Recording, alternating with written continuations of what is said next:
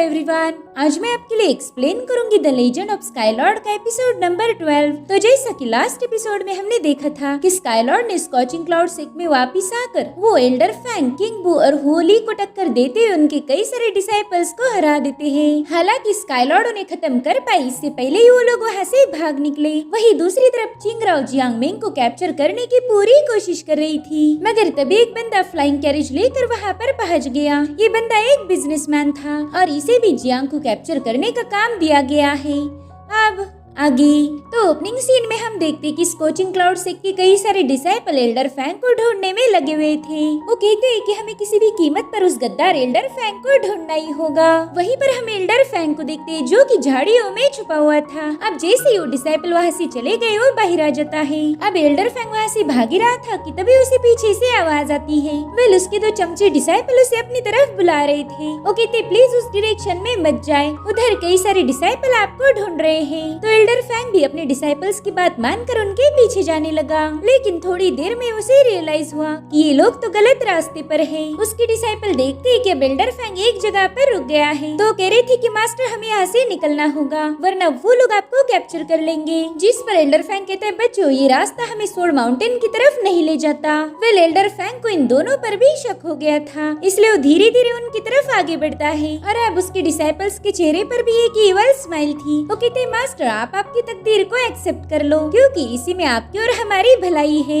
अगर हमने आपको स्काईलॉर्ड के हवाले कर दिया तो शायद हमें जिंदा रहने का मौका मिलेगा। एल्डर फैंग समझ गया था कि उसके डिसाइपल तो गद्दार निकले, इसलिए वो जोर से कहता है सीलियन तुम यहाँ पर क्या कर रहे हो। सीलियन का नाम सुनते ही वो दोनों डिसाइपल पीछे देखने लगे और इसी का फायदा उठाते हुए एल्डर फैंग उन पर अटैक कर देता है। उसने एक ही झटके में एक बंदे को खत्म कर दिया था और फिर वो दूसरे डिसाइपल को भी हवा में उठा लेता है। वो कह रहा था कि मैंने तुम लोगों पर न जाने कितने सारे एहसान किए हैं और तुम एहसान फरामोश लोग मेरे ही जान के दुश्मन बन गए। जिसके बाद वो बड़े ही ब्रूटल तरीके से उस डिसाइपल को निपटा देता है। वो कहने लगा कि मुसीबत आते ही तुम लोग मेरे खिलाफ हो गए। शायद ये बात तुम भूल गए थे कि धोखा देने के मामले में मैं खुद तुम्हारा बाप हूँ। और अब एल्डर फैंग वहाँ के पेड़ों पर जंप लगाते हुए सीधा अपने रास्ते निकल पड़ा। और तभी एल्डर फैंग की नजर जाती है स्काईलॉर्ड पर जो उसी की तरफ आगे बढ़ रहे थे। वेल स्काईलॉर्ड को देखते ही एल्डर फैंग की हवा निकल गई थी और तभी स्काईलॉर्ड अपना मास्क उतार कर कहने लगी कि एल्डर फैंग अरे ये तो मैं हूँ, आपका प्यारा डिसाइपल शाओचिन। एल्डर फैंग उससे पूछता है कि आखिर तुम्हें मास्क पहनकर इधर उधर क्यों भटक रहे हो, तुमने तो फिलहाल सेक्ट में होना चाहिए था। जिस पर शाओचिन स्माइल करते हुए कहने लगा कि अरे मास्टर ये तो सब आपकी वजह से हुआ, पिछली बार आप मुझे नॉकआउट करके जेल से भाग निकले तो एल्डर सीलियन ने गुस्से में आकर मुझे पनिश किया। उन लोगों ने मुझे जेल में डाल दिया था, लेकिन फिर बाद में पता चला कि सोरिंग क्लाउड सेक पर कोई अटैक हुआ है, तो उसी अफरा तफरी के माहौल में मुझे जेल से भागने का मौका मिल गया। जिस पर एल्डर फैंग कहते हैं हाँ वो तो ठीक है, लेकिन ये स्काईलॉर्ड का मास्क तुम्हारे पास कैसे आया। जिस पर वो कहते हैं मास्टर क्या आपको पता नहीं, अरे ये मास्क तो मार्केट में बेचे जा रहे हैं और वो भी बड़े ही सस्ती कीमत पर। ये देखिए मैंने तो 5 रुपए में 2 खरीदे थे। सिटी के हर एक बच्चे के पास फिलहाल ये मास्क मौजूद है। साथ ही ये मास्क पहनने का एक और फायदा ये भी है कि कोई हमें पहचान नहीं सकता। अब एल्डर फैंग कह रहा था कि शाओचिन पिछली बार मैंने तुम पर अटैक किया था, इतना ही नहीं मेरी वजह से तुम्हें पनिश किया गया, क्या इसका ब्लेम तुम मुझ पर नहीं डालोगे। मेरे ख्याल से तुमने तो मुझसे नाराज होना चाहिए था। जिस पर शाओचिन मायूस होकर कहने लगा कि देखो सीनियर अब तो मैं हमारे सेक्ट से भाग आया हूँ, फिलहाल मेरी हालत धोबी के कुत्ते जैसी है, न घर का न घाट का। ये दुनिया कितनी बड़ी है लेकिन मेरे लिए यहाँ पर कोई जगह नहीं, इसीलिए मैंने डिसाइड किया कि क्यों न मैं आपको ही फॉलो करूँ। मैं जानता हूँ कि आप बहुत ज्यादा पावरफुल हो और आपकी इन एबिलिटीज के दम पर आप एक बार फिर से सोरिंग क्लाउड सेक्ट पर राज करोगे। आप एक बार बस आपकी पोजीशन हासिल कर लो, फिर मैं भी आपके पीछे पीछे आ जाऊंगा। अपनी तारीफें सुनकर एल्डर फैंग काफी ज्यादा खुश हो गया था। वो हंसते हुए कहने लगा कि शाओचिन मैंने तुम्हें पिछली बार बहुत ज्यादा गलत समझा, मुझे तो कभी लगा ही नहीं था कि तुम इतने ज्यादा समझदार हो। सो आज के बाद मैं तुम्हारा मास्टर और तुम मेरे डिसाइपल। शाओचिन कहता है ठीक है सीनियर, लेकिन अब ये बातें करने का वक्त नहीं है, हमने जल्दी से यहाँ से निकलना चाहिए वरना वो लोग हमें पकड़ लेंगे।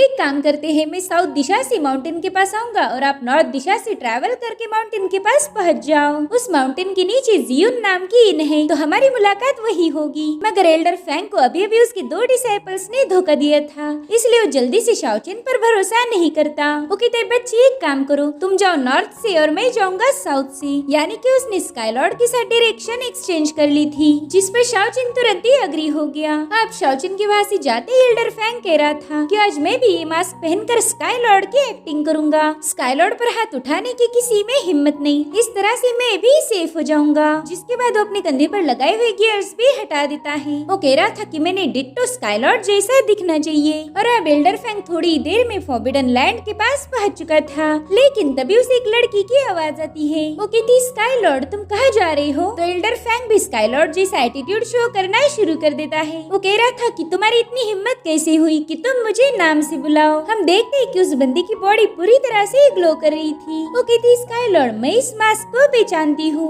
मुझे लगा नहीं था कि हमारी इतनी जल्दी मुलाकात होगी। जिस पर एल्डर फैंग कह रहा था कि अब तो तुम्हारी स्काईलॉर्ड से मिलने की चाहत पूरी हो गई, इसलिए जल्दी से यहाँ से भाग जाओ। गाइस ये लड़की कोई और नहीं बल्कि जेनु की अपर रन की युनवेई है। वो कह रही थी कि पिछली बार मैं और वुशु तुम्हें मारने आए थे, लेकिन हेवनली रन ने हमारी पावर को सप्रेस कर दिया था, जिस वजह से तुम हमारे हाथ से जिंदा बच गए। लेकिन इस बार ऐसा बिल्कुल नहीं होगा, क्योंकि आज मैं यहाँ पर अपने डिवाइन कॉन्शियसनेस के फॉर्म में आई हूँ, इसलिए कुछ देर तक हेवनली रन मेरी पावर को सप्रेस नहीं कर पाएगी और तुम्हें मारने के लिए तो बस 2 सेकेंड काफी होंगे, ताकि आगे चलकर तुम हमारे रास्ते का कांटा न बनो। जिसके बाद वो अपनी पावर्स को एक्टिवेट करते हुए हेवनली थंडर को समन कर लेती है। एल्डर फैंग तो ये जानकर काफी ज्यादा शॉक था कि ये बंदी सीधे हेवनली रेल्म से यहाँ आई है, लेकिन वो उस बंदी को कुछ बता पाई इससे पहले युनवेई ने अपनी एक्सट्रीम पावर्स को एक्टिवेट कर दिया। उसकी पूरी बॉडी से खतरनाक एनर्जी फ्लो हो रही थी, जिसके बाद वो हवा में जंप लगाते हुए बाउंडलेस थंडर का यूज करके एल्डर फैंग पर अटैक कर देती है। और फिर क्या देखते ही देखते एल्डर फैंग स्काईलॉर्ड की ही बलि चढ़ गया। उसकी मौत के बाद स्काईलॉर्ड का मास्क भी ब्रेक हो चुका था। युनवेई कहती अरे तुम तो स्काईलॉर्ड थे ही नहीं, मेरे ख्याल से आज तुम्हारा दिन ही खराब था, इसी वजह से तो तुमने स्काईलॉर्ड बनने का प्रिटेंड किया। खैर कोई नहीं, अब मुझे दोबारा से स्काईलॉर्ड की तलाश करनी होगी। अब युनवेई के वहाँ से जाते ही हम शाओचिन को देखते हैं। वो कह रहा था कि ये दोनों के दोनों बेवकूफ निकले।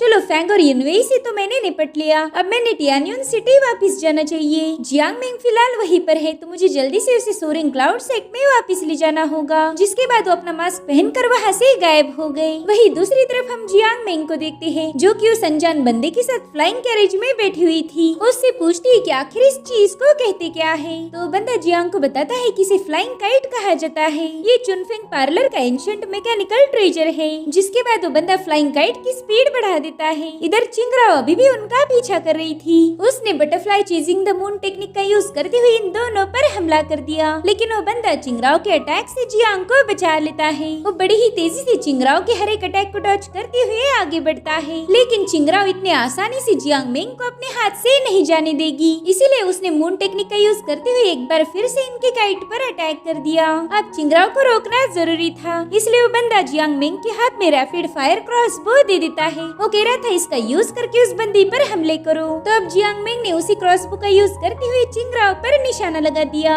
उसके एक बार के ही अटैक में चिंगराओ के बटरफ्लाई विंग्स गायब हो गए। मगर थोड़ी देर पहले चिंगराओ ने इनके फ्लाइंग काइट पर जो अटैक किया था, उससे इनके फ्लाइंग काइट में कोई मैकेनिकल गड़बड़ी हो गई, इसलिए वो बंदा बिल्कुल भी उस काइट को कंट्रोल नहीं कर पा रहा था। वो जियांग मिंग को बताता है कि थोड़ी देर में ये क्रैश लैंडिंग करने वाला है, इसलिए संभाल के रहना। जिसके बाद वो फ्लाइंग काइट सीधा आसमान से जंगल में पहुंच जाता है और फिर वो फ्लाइंग काइट पूरी तरह से ब्रेक होकर इन लोगों को नीचे पटक देता है। बेचारी जियांग मिंग के भी सर पर जोर से चोट लगी थी। वो कह रही थी अंकल मैंने आपके जैसा बेकार ड्राइवर आज तक नहीं देखा था। इधर वो बंदा तुरंत ही अपने फ्लाइंग काइट के पास पहुंच जाता है। वो कह रहा था जियांग मिंग फिलहाल बकवास बातें छोड़कर हमने काम पर ध्यान देना चाहिए। चिंगराओ सोल कैप्टिवेटिंग वैली की चीफ है, वो इतनी आसानी से तो बिल्कुल हमारा पीछा नहीं छोड़ेगी। जिसके बाद वो बंदा फ्लाइंग काइट के मैकेनिज्म को दोबारा से एक्टिवेट कर देता है। उसके ऐसा करते ही उस फ्लाइंग काइट के टूटे हुए सारे पुर्जे दोबारा से जुड़ गए थे और अब वो एक फ्लाइंग कैरेट ना होकर एक हॉर्स में बदल गया था। जियांग मिंग तो इस ट्रांसफॉर्मेशन को देखकर काफी ज्यादा हैरान हो गई। वो बंदा कह रहा था कि मेरा चुनफेंग पार्लर एवे ही फेमस नहीं हुआ,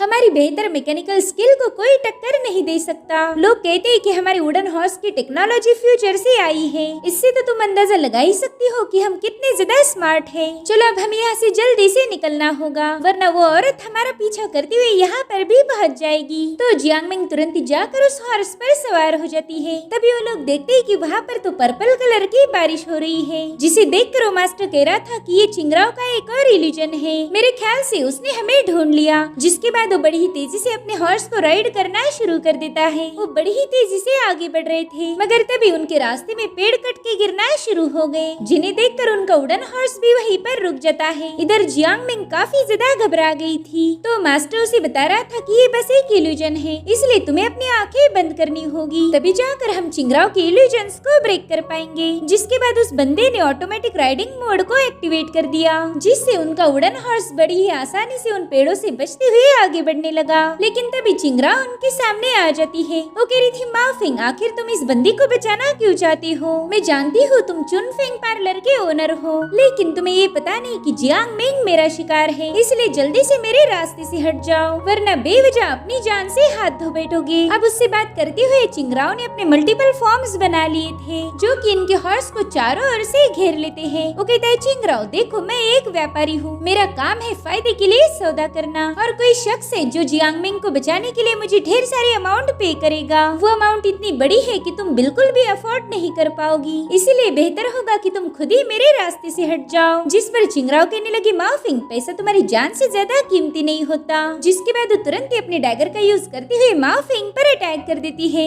लेकिन माफिंग ने उसकी इस चाल को फेल कर दिया, जो देखकर चिंगराव काफी ज्यादा भड़क जाती है। इसलिए उसने माफिंग को घोड़े से नीचे उतार कर तुरंत ही उसके साथ फाइट करना शुरू कर दी। मगर इससे पहले कि चिंगराव माफिंग को खत्म कर पाए, जियांग बीच में आकर उस बंदे को बचा लेती है। अब चिंगराव के पास इन दोनों के साथ फाइट करने के अलावा और कोई ऑप्शन नहीं था, मगर वो अकेले इन दोनों का मुकाबला नहीं कर पाती, और इसी दरम्यान मिंग जियांग ने उसे पीछे पुश कर दिया। इसलिए अब चिंगराव गुस्से में आकर नेदर फायर को एक्टिवेट कर देती है, मगर तभी एक बीस्ट ने चिंगराव पर अटैक करते हुए उसे रोक लिया। मिली बीस्ट और कोई नहीं बल्कि यून थी। इधर माफिंग जियांग मिंग को बता रहा था कि यून के अंदर बीस्ट की ब्लड लाइन है, और इसी वजह से यून एक इल्यूजनरी बीस्ट में बदलने की मैजिक पजेस करती है। इस लड़की को अपनी साइड करके तुमने एक बहुत अच्छा काम किया, ये आगे चलकर भी हमेशा तुम्हें प्रोटेक्ट करेगी। इधर चिंगराव देखती है कि अब उसे 2 नहीं बल्कि 3 लोगों का मुकाबला करना होगा, इसीलिए उसने अपनी सबसे स्पेशल टेक्निक 1000 फैंटम्स को एक्टिवेट कर दिया, जिसमें उसके मल्टीपल फॉर्म्स क्रिएट हो चुके थे, और अब वो सभी फॉर्म्स इन लोगों पर अटैक करना शुरू कर देते हैं। यून तो अपनी तेज नाखूनों से उसके फॉर्म्स को डिस्ट्रॉय करते हुए सीधा चिंगराव को जकड़ लेती है। तब तक माफिंग सीधे जाकर अपने घोड़े पर सवार हो गया। वो जियांग मिंग से कह रहा था कि हमें जल्दी से यहाँ से निकलना होगा,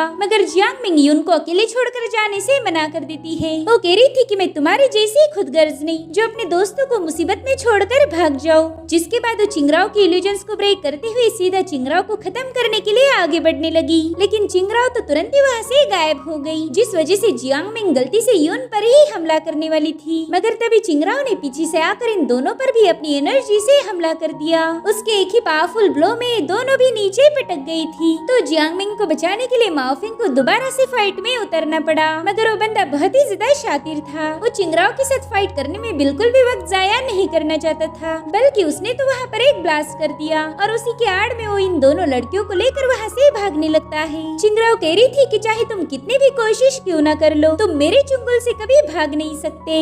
इधर स्काईलॉर्ड टियान्यून सिटी पहुँच गए थे। वहाँ आते ही उन्हें जियांग मिंग के मिसिंग होने का पैगाम मिल जाता है, इसलिए वो तुरंत ही यंग मास्टर की तलाश करते हुए सिटी में पहुँच जाते हैं। इधर यंग मास्टर की हालत मार खा खा के खस्ता हो गई थी, साथ ही उसे अफसोस था कि वो जियांग मिंग को बचा नहीं पाया। तब तक स्काईलॉर्ड उसके पास पहुँच जाते हैं। वो उसे जियांग मिंग के बारे में पूछ रहे थे। अब जियांग मिंग का नाम सुनते ही उस बेचारे ने रोना शुरू कर दिया। वो कहते, स्काईलॉर्ड प्लीज मुझे माफ कर दीजिए, उस चिंगराव के चुंगल से मैं जियांग मिंग को बचा नहीं पाया। इधर ये तीनों भी वुडन हॉर्स पर बैठ के बड़ी ही तेजी से आगे बढ़ रहे थे, लेकिन तभी उनके सामने एक पर्पल कलर का टोर्नेडो क्रिएट होता है। माफिंग बता रहा था कि इस टोर्नेडो पर बिल्कुल भी यकीन मत करना, ये सब के सब चिंगराव के बनाए हुए इल्यूजन है। बस अपनी आंखें बंद कर लो ताकि उसकी इल्यूजन हमें बहका न पाए। और रही बात हमारे वुडन हॉर्स की, तो वो ऑटोमेटिकली हमें इस जंगल से बाहर लेके जाएगा। जिसके बाद ये लोग 1 बाय 1 उन सभी टोर्नेडोज को क्रॉस कर रहे थे। जब तक इनकी आंखें बंद है तब तक चिंगराव के इल्यूजन इनका कुछ भी बिगाड़ नहीं पाएंगे। लेकिन उसी वक्त जियांग मिंग को शाओ चेन की आवाज आई, मगर जियांग मिंग अपनी आंखें खोलने के लिए तैयार नहीं थी, तो उसे लगातार शाओ चेन की आवाजें आने लगी। उसे जानना था कि ये इल्यूजन है या सच्चाई, इसलिए वो माओ फेंग से कहने लगी कि अभी अभी मुझे शाओ चेन की आवाजें आई है। मेरे ख्याल से वो हमें ढूंढते हुए जंगल में पहुंच चुके हैं। तभी माओफिंग उसे समझाने लगा कि चिंगराओ बहुत ज्यादा शातिर है, वो अपने इल्यूजनरी टेक्निक का यूज करके किसी का भी आवाज निकाल सकती है, इसीलिए उन आवाजों पर गौर मत करना, अदरवाइज तुम्हारा माइंड डिस्टर्ब हो जाएगा। मगर जियांगमिंग तो शाओचिन के लिए काफी ज्यादा परेशान हो गई थी। शाओचिन कह रहा था कि जियांगमिंग, मैंने तुम्हें बचाने के लिए चिंगराओ के साथ फाइट की और अब जब मैं घायल हो गया तब तुम मुझे अकेला छोड़कर जा रही हो। अब ये सुनकर जियांगमिंग ने अपनी आंखें खोल दी। वो देखती कि शाओचिन तो बुरी तरह से घायल हो चुका है। इधर माओफिंग जियांगमिंग को समझा रहा था कि अब हम जल्दी इस इल्यूजन से बाहर निकल जाएंगे, लेकिन तब तक तुम अपनी आंखें मत खोलना। और अब उनका वुडन हाउस एक लंबी छलांग लगाते हुए इस इल्यूजन से बाहर निकल गया। माओफिंग कह रहा था कि देखो अब हम सेफ है, लेकिन तभी इन लोगों को पता चला कि जियांगमिंग तो वहाँ पर है ही नहीं। इधर जियांगमिंग चिंगराओ के इल्यूजन में ट्रैप हो गई थी। वो वहीं पर शाओचिन को ढूंढने लगती है। थोड़ी देर में वो देखती कि चिंगराओ शाओचिन के पास पहुँच चुकी है। वो कह रही थी, जियांगमिंग, मैं जानती हूँ कि तुम यही कहीं पर छुपी हुई हो, इसीलिए जल्दी से बाहर आकर मेरे सामने सरेंडर कर दो।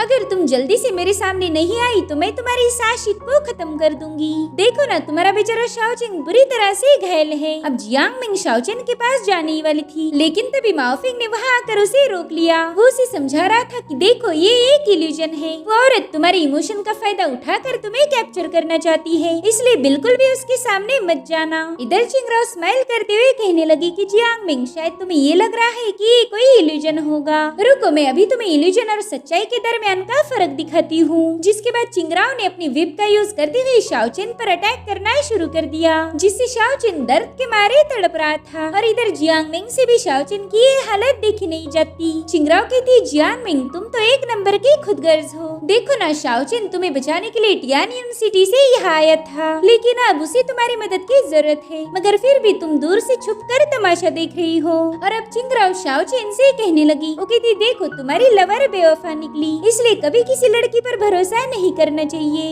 अब ये सब सुनकर जियांगमिंग से रहा नहीं जा रहा था, इसलिए वो जल्दी से शाओचिन की तरफ जाने लगी। हालांकि माओफिंग उसे रोकने की पूरी कोशिश कर रहा था। वो कहता है कि वो औरत तुम्हें उल्लू बनाने की कोशिश कर रही है, लेकिन प्यार में अंधी जियांगमिंग उसका एक नहीं सुनती। वो माओफिंग से कह रही थी कि क्या पता ये सच्चाई होगी, मुझे नहीं लगता ये इल्यूजन है। अगर ये इल्यूजन नहीं रहा तो मैं अपनी आंखों के सामने ही शाओचिन को खो दूंगी। मैं अपनी आंखों के सामने शाओचिन को तड़पता हुआ नहीं देख सकती। जिसके बाद वो तुरंत ही चिंगराओ की तरफ भागने लगी। जियांगमिंग ने उस पर एक अटैक कर दिया था, जिसे चिंगराओ बड़े ही आसानी से डॉज कर देती है। जियांगमिंग अब शाओचिन का बदला लेने के लिए पूरी तरह से तैयार थी, लेकिन तभी शाओचिन ने पीछे से उसे जकड़ लिया। जियांगमिंग समझ जाती है कि चिंगराओ ने उसे काफी अच्छे से उल्लू बनाया और अब चिंगराओ अपनी शार्प नाखूनों का यूज करते हुए जियांगमिंग को घायल कर देती है। वो उसे अपने कंट्रोल में लाना चाहती थी ताकि जियांगमिंग चाहकर भी भागने न पाए। वो कहती, जियांगमिंग, तुम तो हद से ज्यादा भोली हो, मुझे लगा ही नहीं था कि मेरा इल्यूजन तुम्हें हकीकत लगेगा। सच बताओ तो आज मैंने तुम्हें नहीं फंसाया, बल्कि तुम खुद ही इस जाल पर आके बैठ गई हो। इधर जियांगमिंग को उसके पॉइजनस नाखूनों की वजह से काफी ज्यादा तकलीफ हो रही थी। चिंगराओ कहती कि अब मैं तुम्हें एक प्यारे से सपने में भेजने वाली हूँ, जहाँ पर तुम शाओचिन के साथ मजे करोगी। और तभी उसे स्काई लॉर्ड की आवाज आई। वो कह रही थी, चिंगराओ, आज मैं भी तुम्हें एक डरावने से सपने में भेजने वाला हूँ। जिसके बाद स्काई लॉर्ड सोल डिवावरिंग थंडर का यूज करते हुए चिंगराओ पर अटैक कर देते हैं। इस अटैक में चिंगराओ बुरी तरह से घायल हो गई थी। अब यहाँ पर स्काई लॉर्ड उसे जान से नहीं मार सकते थे, क्योंकि उसके कब्जे में जियांग है। इधर चिंगराओ को थंडर डिवावरिंग टेक्निक की वजह से काफी ज्यादा तकलीफ हो रही थी, तो उसने स्काई लॉर्ड को डिस्ट्रैक्ट करने के लिए जियांगमिंग को उनकी तरफ पुश कर दिया और फिर एक बार फिर से वो अपनी रोप से जियांगमिंग को जकड़ लेती है। हालांकि इस बार स्काई लॉर्ड ने उसकी रोप को ब्रेक कर दिया। चिंगराओ को पता था कि अगर वो यहाँ पर रुकी तो मारी जाएगी, इसलिए वो जल्दी से वहाँ से गायब हो जाती है। इधर स्काई लॉर्ड ने जियांगमिंग को थाम लिया था। अब वो उसे हील करने की कोशिश करते हैं। जियांगमिंग कहती, स्काई लॉर्ड, मैं जानती हूँ कि आप मेरे शाओचिन हो। इतना कहकर वो दोबारा से बेहोश हो गई। उसकी हालत देखकर स्काई लॉर्ड चिंगराओ पर काफी ज्यादा भड़क गए थे। और इसी के साथ ये एपिसोड यहीं पर एंड हो जाता है। Thank you so much for watching. Bye bye, take care.